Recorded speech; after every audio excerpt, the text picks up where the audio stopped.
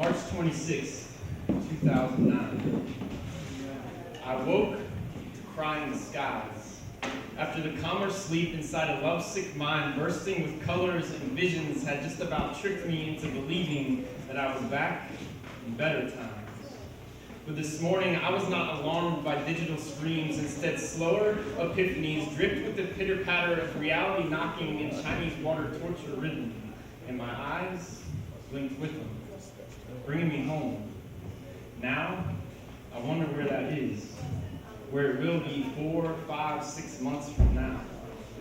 The windowsill tells me stories of somebody watching over me, someone who knows the struggle of keeping cards close to vest, who was trying to offer disguised drops to hide behind so no one would know that the glistening on my cheeks was salty and did not come from above.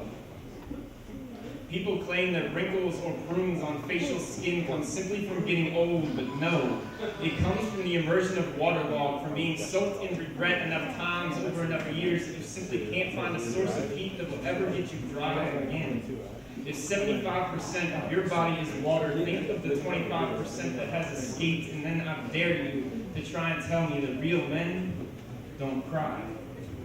I left home today with dreams of continued clenching, but the sun, that which gives us life, was held hostage. And I know that when a hard rain falls, new life is supposed to spring forth, but I also know that Ninth Ward mental patients would tell me a different story.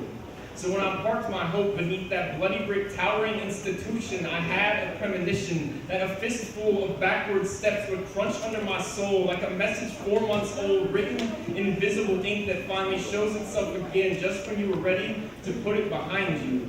How unfair for a knife with breasts and a proper name to leap out of a photograph and back into your spine from behind, wanting to bury the hatchet and backstab the bandage at the same time, as though plugging an old hole with new metal teeth were the same thing as closure for a wound.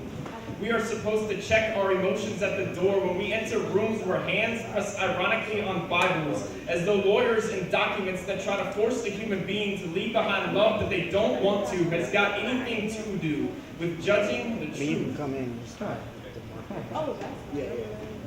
I try to summon every ounce of gravity within my decompressed chambers and use it to pull on heavenly bodies with all my strength, pull on that smile painted on that body, 3 hours pointing in my direction, but never once facing in my direction. Still so stubborn, still making silly gestures of passive-aggressive action, proving points, still so aware of every flaw that makes my type fall and still using it to advantage, still not simply wanting to leave, rather wanting to leave me broken beyond repair, scalp still on fire, and my God, still so beautiful. I wish the distance between your lips and mine did not look like a figure 8 laid to rest.